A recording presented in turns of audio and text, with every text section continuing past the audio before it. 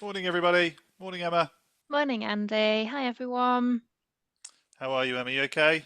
Yes, I am very well, thank you. How are you? Very good. So good to be back on It another is masterclass. indeed. It is indeed. I wasn't here for last month's. It was the social media one with Kerry, wasn't it? So I feel like It it's been a was little while, but glad to be back in the hot seat.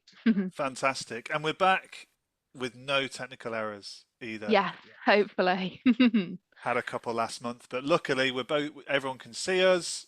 We're going to be working okay today. But welcome everybody to another HubSpot masterclass with the two of us. And we're here today to talk about, as you can see, how to manage salespeople with HubSpot. Okay, so this is going to be delving into um, more about how to use as from a managerial perspective. I think because a Mm, lot of the webinars previously are how to use the tools, how you know certain features and things like that, and this is more kind of a bit of a nuanced view of how to actually use it in a certain role. mm. So if you're a sales manager, business owner, even a salesperson, I suppose, is going to be great for you as well because you can, in many ways, prove your worth to your bosses as Yeah, well by showing things as well. So we're going to go through things like visibility of communications, task management, pipelines. Um, Emma's going to go through some of the fantastic reporting tools that HubSpot has to offer. I know that's you're quite excited about that as well. indeed. Yeah, love a good report. Um, yeah, lots to go through today. The plan is, as always, try and finish as close to 11 o'clock as possible.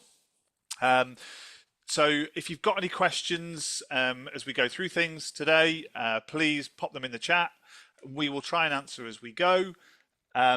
We may not answer them all at the same time, all at the real time. We'll try, but what we're going to do, as always, we'll stick around for 50 minutes or so at the end just to cover any loose Any ends last or questions? any last questions that people have following everything as well. Okay, so that's a good point. Let's just check that the chat is working because I couldn't reply to anybody in the chat last No, month. So hopefully, I'm going to let's just see if we can get the chat up. Can we people pop in the chat if it's working or not? Just here we go. Testing. Lisa, that's worked. We can see that. Thank Yeah, you. I'm just going to reply as well. Test. If everyone can see Perfect. me. Mine's come up as well. Yeah, perfect. There we go. So what I wanted to do, just to begin with, really, before I hand over to Emma, because in case a lot of you don't know, if you've been to more one of these before, you'll know all about JDR. But if you haven't, I always start with a little bit of an intro into ourselves. We are, as you can see on screen, a marketing agency, an inbound marketing agency, established 20 years now. It is 20 years in about 3 weeks, I think it Yeah, is. it's We've been going, October. yeah. We've mainly started as a business coaching company the first few years. Since then, we've become a marketing agency working with small to medium sized businesses, helping them to grow. Um, and we've been working with HubSpot itself for, I've been using it every day for probably about the past 12, 13 years now, I think. I've been partners with them for 10. Use the tool day in, day out. There's three primary ways in which we help businesses. Um, HubSpot setup, onboarding. So if you're new to HubSpot, if you just purchase it, particularly with a professional subscription, one of the prerequisites, you have to purchase some form level of onboarding. You can either do that with HubSpot, but as a partner, you get kind of one-to-one hands-on experience of working with an agency who use it day in, day out. And some of you may have come from that. You also maybe have had HubSpot for a while, don't feel you're getting the most out of it. We also offer some bespoke training, consultancy work as well. So we've done whether that's a workshop or just some, you know, general support work that we'll do can help you get the most out of HubSpot in that way. But our bread and butter, our day-to-day lives in we are an inbound marketing agency. So we are an outsourced marketing department for small to medium sized businesses. Not only do we help with your strategy, okay, but we've also got the resources in house to help execute it, whether that's writing content, whether it's managing your SEO, paid advertising, social media, whatever your business needs. We've got the tools and the resources and the people in-house to help execute it. What I will do, I'm going to hand over to Emma now, is I'm going to pop a link to my diary in the chat. Okay, this is just so if you do want to talk about any of these three things. If I go back here, feel free to book a call in my diary, and we can have a one-to-one, get to know you, and just see if there's a fit between us ultimately. So I'm going to do that now. I'm going to stop the share. I'll take that over if I You're may. going to take that over. I'm going to pop this in the chat. My link to my diary. Feel free to book in. I think I've got availability. I think it's probably next week now. It's probably the earliest from that side. So, but yeah, there you go, Emma. All right. So jumping into things then, to really get the most benefit from HubSpot as a sales manager or someone that is looking after a sales team, I use sales manager more as a what you're doing in terms as opposed to a job role as such, because I know small businesses, everybody wears a lot of hats, right? To get the most of it though, Sales Hub is really what you need. And a lot of the tools that I'm going to be showing you today are going to be from Sales Hub Professional in HubSpot. So there's absolutely things you can do just from a CRM and a starter level of HubSpot. I know we have some people join these calls that don't have the professional versions, but Sales Hub is definitely kind of the area that we're going to be focusing on today. So like Andy touched on at the start, there's kind of four main kind of pillars that HubSpot is going to help you to manage a team through. So everything that we're going to kind of go through today is going to fall into one of these four areas, and that is visibility, accountability, efficiency, and standardization. Really, if you have those four things, then the way that you manage your team of people selling is going to be so much more effective. And HubSpot has tools that are going to help in all of these various different areas. So starting with visibility, I think this is one of the biggest things that HubSpot gives to you as a manager. You are able to see exactly what your team are doing and exactly what communication is happening. Okay, so to show you an example of that, this is just a dummy contact. You can see the emails that your team are sending. You can see when I'm sending things out, what I'm saying. You can see the topics of my meetings, my calls. As long as me as an individual, as a salesperson, is putting this information into the system, you as a manager is going to be able to see that full record of communication.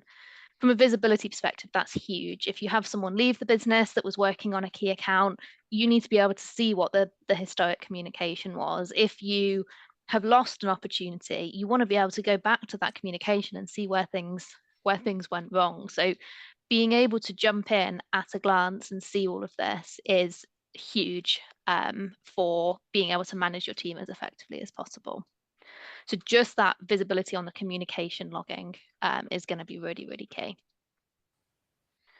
The other thing is going to be the logging of what we call deals in HubSpot. Now, deals are available just from the free version of HubSpot, right? So anybody that has a free HubSpot account will be able to see these. What you can create is a full pipeline of every potential opportunity that you have coming up. So you can see this again is just one of our dummy ones here. We've got deathstar.com and McDonald's, for instance, in here. But what this is going to allow you to see is where is everything in your pipeline? How are the deals moving through? Are there things that are stuck? This one, for instance, had no activity for a year. What are my totals in each stage? What are my weighted values? This is just going to give you, at a glance, a really clear picture of where things are within the business and how your pipeline is shaping up, really, which is so important for being able to future plan, resource plan, forecast, all of those kind of things. That's the thing is for forecasting, it's really good as well. Yeah, But also making better decisions as well, because in the deals you may have find out that there's a particular service that's selling well that you provide. It might be a particular product or whatever it might be, but you can yeah, see which ones are closing, which ones are stalling, exactly. and make better decisions from a sales perspective going forward as well. Exactly. You can even filter this down as well. So if you wanted to filter this to just see a specific team member's pipeline, you can do that very, very quickly and very easily. So if you're doing one-to-ones with people, being able to sit down with them and be like, right, what's coming up? That's really, really quick to do from this area.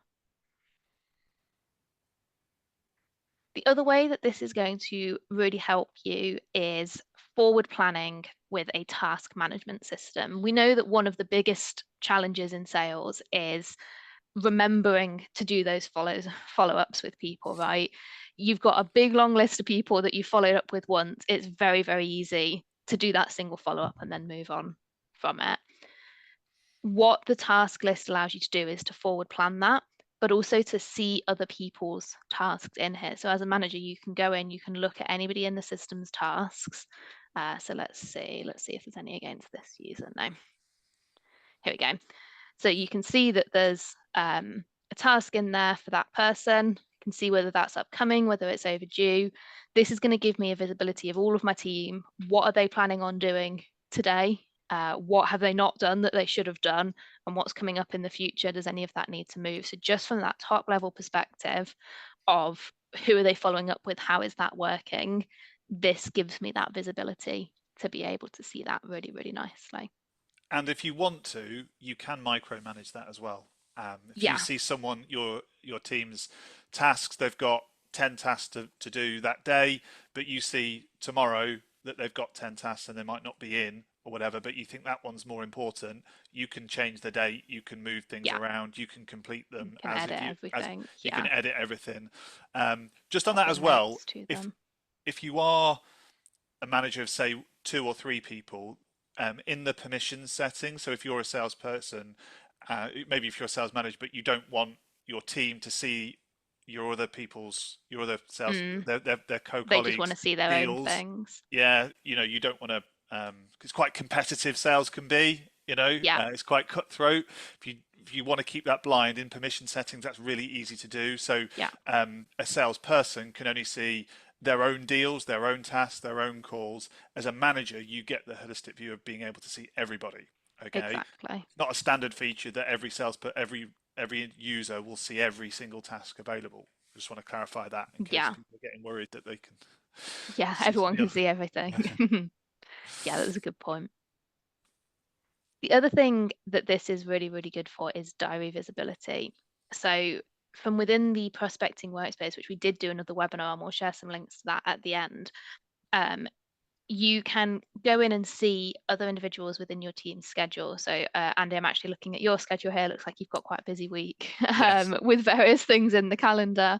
But I know if I want to meet with Andy today for a one-to-one, the best time would probably be in this slot here. So it gives you that visibility of what's coming up in people's diaries, and you can forward plan that. If you've got a lead that you're wanting to give them, you can go in and have a look when they would be able to speak to them, that kind of thing. So just from that visibility perspective, I know most people would probably be able to do this within Outlook or Gmail or something Yeah. similar, but having it all in HubSpot is really helpful. This ties in your tasks within HubSpot, so I can see when Andy had some tasks due, his calendar events, and any HubSpot meetings as well. So it brings all of that together into one place here, which works really well.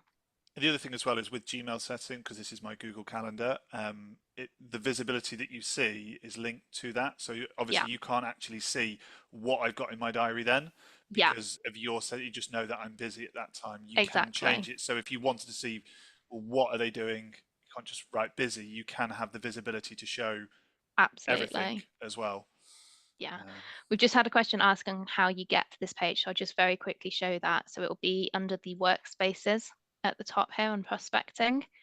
Once you go into there, if you then click schedule, this is obviously my own schedule here, but if I want to change this to view Andy's, I can go in, do that there, and then jump through to his schedule to see that if I need to. Like I say, we have done another whole webinar all about this yeah. prospecting area. So if this is something that you're interested in, there's loads of other good juicy stuff in here that I don't want to get sucked down too much of a rabbit hole with. I'll just send a link. I'll put a link in the chat to that actually while I'm here. Thank you, While Andy. you're on it, share it so you can see. That's the webinar we did on the prospecting workspace.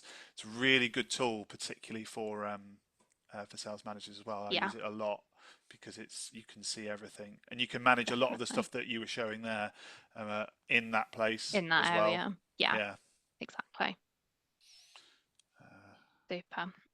Um, All right. So sorry, Andy. No, it's okay. Just Graham's quick question: is prospecting on the professional subscription or enterprise? It is on the professional Unprofessional. subscription and Yeah. enterprise as well, because enterprise is a step up, but it's from professional and above. Yeah. We've had a question on weighted values on deals as well. We will come back to that one, I think, just so that we have time to move through everything. I can show that a Okay. little bit more at the end. Okay, from an accountability perspective, then, which is one of the most important areas of managing a team, reports are going to be your best friend here.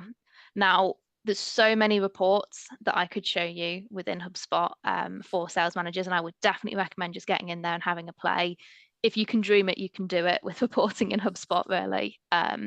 They've made a lot of updates recently as well to reporting based on users. So you can even get reporting now, like based on when someone's last logged in, that kind of thing, if that's important to you. From a top level, though, there are kind of a couple of main categories that the reporting falls into. The first one is goal reporting. Now, you can do this in various different areas within HubSpot from the goals section. So you can set goals based on deals, based on revenue, based on activity. So this example here is showing calls being made by various people within the team. What you can then do is set individual user by user, month by month, or week by week goals for how many calls you want them to make, how many deals you want them to close. And it's going to tell you whether they're exceeding that, whether they're under that, whether they're on target, all that kind of thing. It will total up the total number of calls they've made through the year. There's so much within this goals area that you're able to do that if you have got quite a target oriented sales team, this is a fantastic area for putting that all in one place and letting people see for themselves how they're progressing towards those targets. This also really, really helps in terms of accountability of getting people to actually log stuff in HubSpot. If you're monitoring their targets through this section and they're not putting stuff in, then it's not going to go towards the target. So it's a great way of getting some of that early buy-in if you've got a team that are perhaps a little bit hesitant about using HubSpot in that way. Oscar's just asked, can we filter the pipeline in the deal section by activity date? Are your deals Yeah, in the last week? Yes, you can. yeah, you definitely can. It's just up in the So advanced filter. No, in fact, look, you can do it with it's last on the, activity date just here, or create date, expected close date as well. Super. The other kind of reporting that HubSpot allows you to do is cross-team activity monitoring. So this report that I've got here again is just from our kind of dummy data in terms of how is HubSpot, how many activities and of what types are being logged by various people. So who is sending the most emails to people, who's having the most meetings, who's making the most phone calls. You can see that across your whole team, or you can filter that to just be specific users. But again, it gives you that big picture insight, who's doing what and what impact is that having. I'd also say on that as well, it is a huge motivator for Yeah. your sales team because if they know, as I've said already today, sales is a competitive environment. Mm, Okay, if you want to be top of that leaderboard, yeah. okay, you're going to be more productive. It will, if they know they're being reported on, Yeah. salespeople will make more calls. They will Yeah. send more emails. Okay, and you get the end result that you want effectively. So just even knowing that that report is available and being looked at by people, your sales team are going to be Yeah. Motivated logging by and that. tracking everything. So if uptake hasn't been good, people aren't using it as well as they could be. People aren't using it; they're not logging in as much. But this is being looked at. Yeah. Believe me, they'll start using it. Yeah, for sure. Um, Similarly, in terms of deals, I think deals is one of the things that a lot of my clients struggle to get buy-in from salespeople to put and log their deals into the system. Mm. It's the most important thing though, because if you can't see how many deals each of your guys are winning, losing, creating, how much revenue is associated to them, you have no idea how well an individual is doing within your team and what they're generating for you. Again, having some kind of leaderboard, you can also view this over time. So you can really motivate people with that kind of growth over time of the number of deals that they've closed. Maybe they did 2 last month, 3 this month, 4 next month. having that kind of visibility again works really, really well, both from the perspective of you knowing who your top performers are, but also that motivation competition piece that we've spoken about as well. Connor's just asked quickly, the report you just showed there, is that called the cross-team activity monitoring on the dashboard where you add reports? I don't know exactly what it's called. Yeah. What I would usually do to find it is I would go into the dashboard where I add reports, filter by activity in the little drop downs where you can choose what you're reporting on. And that's how I found this one. I think it's called something ever so slightly different. Um, does this also include sequence emails? Marco has asked. Yes, it would do. There is also tons of reporting you can do on sequence performance by individual person as well. So that's definitely worth looking at there too. And that would also be in that activity reporting section. And you can also report on excluding sequence Yeah, activity as well if you wanted to. if you need to. So if you want to just isolate it and see how many manual emails are being sent as Yeah, well, you can do you it can that do way. that. Yeah. Okay. That's actually puts on nicely to the efficiency area where HubSpot can really help. So part of running an effective sales team is, keeping on top of things, knowing what's what, holding people accountable, fostering that healthy competition. Part of it as well, though, is giving your people the right tools to be as efficient as possible with their time and actually equipping them to get to the top of that leaderboard in the best way possible. The main ways that you can do this within HubSpot are going to be, first of all, automating processes. So you can do things like once a deal has been sat in this stage for 3 days, for instance, it's going to ping them a reminder, can even ping you a reminder as well that this deal is sat there for longer than you would want it to. Can it be moved on? Has anything happened with it? Similarly, if you've got a deal and there's been no activity logs on it for over X amount of time, you can ping reminders both to yourself and to the individual. So what that really allows you to do is to set really clear expectations for where things should be, how they should be moving through the process, and what your guys need to do in order to move things through. From an efficiency perspective, that helps massively. It takes a lot of that thought process of remembering when to move things and all that kind of thing completely out of the picture. The other way that HubSpot's really going to help with efficiency is using the sequences tool. Now, we have spoken a little bit about the sequences tool in the past. Again, I think Andy will share another webinar link on Yeah, that one I'll for us. do that. Thank you.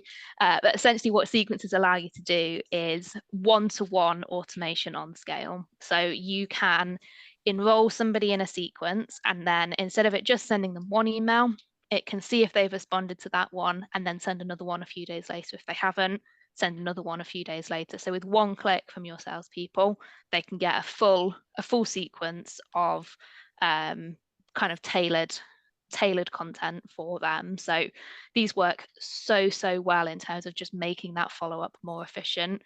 You can include tasks in there to call them as well, so you don't have to remember to make that phone call to follow up on your email. HubSpot will automate that whole kind of cadence for you. Generally, LinkedIn as well. yeah, LinkedIn messages and Sales Navigator integration within there as well, isn't there? Yeah, it's not. It's task orientated currently, in the sense that it will just create a task to add Mm, somebody on LinkedIn. yeah. Okay, and send. Oh, you must send a message, an Hmm. email message to this particular person. But for filtering, to manage it, that prospecting, because a lot of businesses that use HubSpot will be B2B companies. LinkedIn is going to be incredibly Yeah. popular from that side. So sequence is really good from that. And also as well, you can pause it based on, so if what you don't want to happen is that someone gets an email and then the second email is saying, then you put a call in there, but that call wasn't made, they're not Yeah. going to get another email. So you can pause it until all the tasks have been completed. So people Yeah. aren't just getting loads of emails, but they haven't had any calls because those tasks have just been backed up because of Yeah. them being too busy or not following it up effectively as well. But really good Yeah. tool. But yeah, recommend watch the webinar. I'm not on it, but it is still good. Fantastic. The final kind of big area that I want to touch on is standardization. Okay. It's very easy for a sales team to splinter, and some people be doing it some way, some people to be doing it another way. what can work really well is to put some things in place to make sure that everyone in your team, of course, they can have their own style of doing things, but they're following the same processes, and the things that need to be done in a standardized way are being done in a standardized way. Okay. The first way that you can really do this is by setting email templates. Okay, so I'll show you again, just in our account, we've got almost 200 email templates in our account. You can see Andy's got loads and loads of these here that essentially allow us to standardize how we follow up with people, how we communicate with people. It means salespeople aren't manually typing out emails. They're not thinking about what they're going to put in. This has all been predetermined and tested as well. We know what has worked from here because we've tried lots of different things. And we know that this works best, and this is the template we want people to use at this specific stage. So having some kind of almost sales collateral in place, right, where this is the series of emails you send in this scenario, this is what you send in this scenario, take some of the thinking out of it, but it also means that you know that everybody is communicating the message you want them to in the right way. I've worked with a lot of companies where they've had marketing support in the first place to write out these templates, and then sales have then tweaked and adapted them accordingly. That kind of sales and marketing interaction can work really, really nicely there as well if you have got someone looking at that kind of thing for you. Helps on a spelling perspective as well. Oh yeah, 100%. Just means everything's going to look professional. Your messaging will be Yeah. consistent. It's just, yeah, it's cleaner, isn't it? Yeah, and it's because a lot of people think of email templates as marketing. Yeah, The standard when you get a marketing email, you know it's a marketing email. yeah, Whereas the benefit of these kind of HubSpot templates, even the sequences, is they are sales one-to-one yeah. emails. So it looks and It appears looks that like a real Outlook or that, Gmail that email, someone doesn't has it? written it, which is the powerful thing. It's not Yeah, like a HTML email, or it's not image focused or anything like that. yeah, So which is the big advantage that it has also. definitely. Um, the other area where this can help is playbooks. So, for instance, when you are on a contact record, let's say there was you were doing a demo with a contact, and you wanted your guys to make sure they were always asking the same kind of questions of people, that they were kind of structuring this in the same way. You can create a playbook here for them to put their notes in as they're going through things. You can give them some guidance, give them some talking points.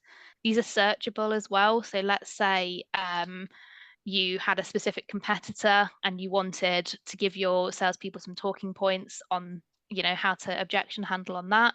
You can make this searchable so that they can find that very quickly live on a call with someone. They can pull that up and get all of their notes and their talking points. Once your guys have filled this out, they can then click log engagement, and it's actually then going to save all of their notes against that contact record, so you can see everything that they went through there. So this is great if you want your guys to run more structured meetings with people. Playbooks is a massive, massive part of that. Now, the one downside of this is that you are limited to only 5 playbooks in terms of the template on Sales Hub Professional. It is more of an enterprise feature, but 5 for most small businesses is going to be more than enough to get started with. So it's definitely a tool that I think is underutilized, that is great for standardizing things. Oscar's just asked, when you reschedule a task, does it go down as a completed task? It No, it doesn't. doesn't. It No. doesn't. If you want it to, because what a lot of people will do is they'll have a task and they'll call somebody and they'll have a conversation, and then the person might say, call me in 3 months, 6 months. Yeah. Okay. And what will happen is that what most people do is they'll just reschedule that one task for 3 months, 6 months time. Yeah. But that doesn't go down as an activity. The best No. thing to do is to complete the task and create a new task for Create a 6 follow-up months one. time. Yeah, That's the best way to do it from that side. definitely. We've also had a question, would that work within tickets? Now, I missed that when it came up, so I'm not sure exactly which feature that was. It was on the Q&A bit, Andy, rather than the chat. But almost everything we've been through today here would work on tickets the same as it would on deals. If you want any more specifics on which feature it was, if you could let me know, I can answer that a little bit more specifically. Okay. I'm conscious of the time. The final thing I want to very quickly show you is quote templates. From a standardization perspective, what you can do with these is set graphically what you want it to look like, but also set standard pricing for specific things as well. Again, another whole webinar diving into this tool in loads more detail, I believe. Pop that in But as well. this is, again, really, really powerful from that standardization perspective, making sure everybody's proposals and quotes are looking exactly the same. All right.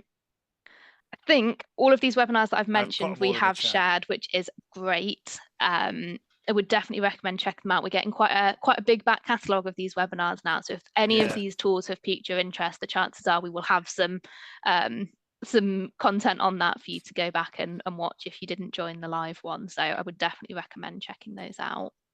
yeah. Next month, we are going to be focusing on e-commerce specifically. So we're going a little bit more specific. Unfortunately, in the run up to Christmas, I know saying that word in September is is not going to make me particularly popular, but it's coming and it's worth being prepared. So we're going to be talking all about how to maximize e-commerce sales in HubSpot next month. And we will share this link as well around for you to sign up for that. The other thing that we are going to be doing this month is sending around a survey to gather your guys' thoughts on these webinars. So please do let us know what you think, what's valuable. If you've got any ideas of other webinars that you'd like us to run that would be useful for you, we'd really appreciate that insight. So we will be sharing that round after the webinar today as well. Brilliant. And I've just, for everybody, I've put the individual links to the 3 webinars that we talked about today that were that we covered. But I have just put a link to all of our whole webinars page. Yeah, I'll just take the I'll screen open that. share Oh, I back. was Oh, going to open it up you do it then. one Yeah, step that's ahead of fine. you. There we go. So this is every webinar that myself, Emma, Kerry, we've also had Will. I've done a few other live webinars with other people. There's Yeah. some of me on my own. So there's Loads and loads of loads on here. resources of different tools that you can get the most out of as well. Yeah, Lots of resources from that side. plenty on there for you to get started with. Absolutely. Super. Alrighty. Um, we are going to answer a couple of questions now that we may have missed. So the first one was around waiting on deals. Yeah. That was a little while ago. So I'll just touch on that quickly. Now, there are custom and bespoke ways of doing this, which we can cover one-to-one if needed. The easiest way of doing this, though, is based on your deal stages. So all you'll want to do is on your deal side, you're going to edit stages, and then you can set a probability for each stage here, and that will then give you a weighted amount based on the amount for the deal times by that probability. That's the most basic form. You can do that really, really simply, or you can get mega complicated with custom calculations and scores and this, that, and the other, which we've done some of recently, but I would start with the stage ones as a beginning point.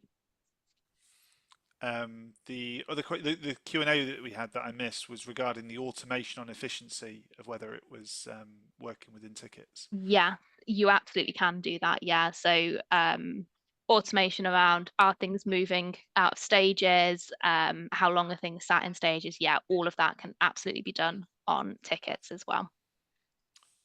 Lisa's asked, what's the difference between the prospecting and the deals? Okay. I will, the You way want I to take would, that one? yeah, I'll take that one. The way I differentiate the two is that what you'll have is that you have kind of the prospects, as it were. So this is people that you want to target. They Mm, would come under the prospects workspace. So when you're working a concept and you're trying, so putting someone in sequences and things like that, you wouldn't necessarily have a deal for somebody who you've never met or spoken to before. Okay, mm, so what I normally would do is that we would use it for prospecting purposes to reach out to this person, send them outreach emails, send them LinkedIn connection requests, make the calls, build up some intelligence on that particular prospect. A deal will come, and a deal should be made when you have an appointment with them, when they enter your pipeline, yeah. basically, when they Yeah. go into that sales pipeline. Once there's a That's conversation happening, right? yeah. Before the prospecting works, it's relatively new. What people used to do is they would have an alternate pipeline for prospecting, where Mm, it would be call one, call, and it's you know it can get so complicated because mm, you call so many people and the yeah. deals are just it's really difficult to manage because you're having to create a deal every time you call somebody. um, it can work if you're quite selective and if you're only calling maybe 10 people a week or something like Mm, that. Some businesses I knew were calling 100 businesses a day. you mm, know with that, it's just not sustainable. The prospecting workspace allows you to do that. Sequences can do that as yeah. well. There are ways in which you can send sequences en masse. It is designed to be a one-to-one where you'd have the contact and add them to a sequence. You can add up to 50 at a time. 50 at a And time, I isn't think it? it's a Yeah, thousand a day. 1,000 a day. So it is limited in that sense. It's not like a mass prospecting tool. It's not like a MailChimp as such, Yeah. which is again is a marketing email. HubSpot has that feature, but as I said, we're talking primarily about The the email sales tool. and the Yeah. sequences. Yeah. Hope that answers that question. You've got the differentiation there, Lisa. Yeah. Um, Super. I think that that is all of the questions we've had. I don't think we've missed any as far as no, I can see. Um, I think that's everything. There was one final point that I just wanted to make quickly because you were talking about the reporting mm, earlier, and I don't know whether I missed it, but on the dashboards is sending reports to yourself. Where you that's a can really actually, good it's point. just a quick one while everyone's still here. Is that Yeah. what you can do for, and this is for as a sales manager, say you have to report to your boss or you've got an MD or an owner or whatever, or colleagues that aren't using HubSpot like you. What you can do is you can create dashboard reports and email them every week to Yeah. people to maybe non-HubSpot users or um, HubSpot users who aren't Yeah. necessarily proactive at using it. It's a good little way of looking at it, I think, as Yeah. well. So to do that, all you need to do is go onto the dashboard that you want to share, go into the share tab and do email this dashboard. You can either just do this as a one-off or do it as a recurring email. Just need to pop the people that need to see it in there. Choose your schedule, choose when you want it. You can even attach it as a PDF as well if they don't Yeah, actually want to click into HubSpot, they just want to see it all. Um, this can work really, really well, especially if you've got like senior management or anything like that that aren't in HubSpot day to day, but they want to know vaguely what's happening and they want to be able to look at it when they can. This is a great way of just keeping them in the loop there. yeah, It's really, really effective and it looks a little bit like this. So this is kind of how it would show up. Obviously, depending on what reports were on your dashboard. yeah. I know a lot of salespeople do this and they send it to their bosses on a Friday. So this is my activity for Mm, the week, or this is how many calls I've made. Rather than putting it in an email, people would typically write an email to yeah, more senior people, whereas now they can just, this is my report, make it happen. send it Yeah, up and do it automatically. So I was meant to do it live, but I think I was answering a question, so it skipped. But that's okay. I think that's everything. I Unless believe anybody so. has any other questions, we'll wrap it up here um, and see you all next month. See you all next month. Thanks Thanks, for your time guys. today. Cheers, guys. Bye bye. Bye. Bye.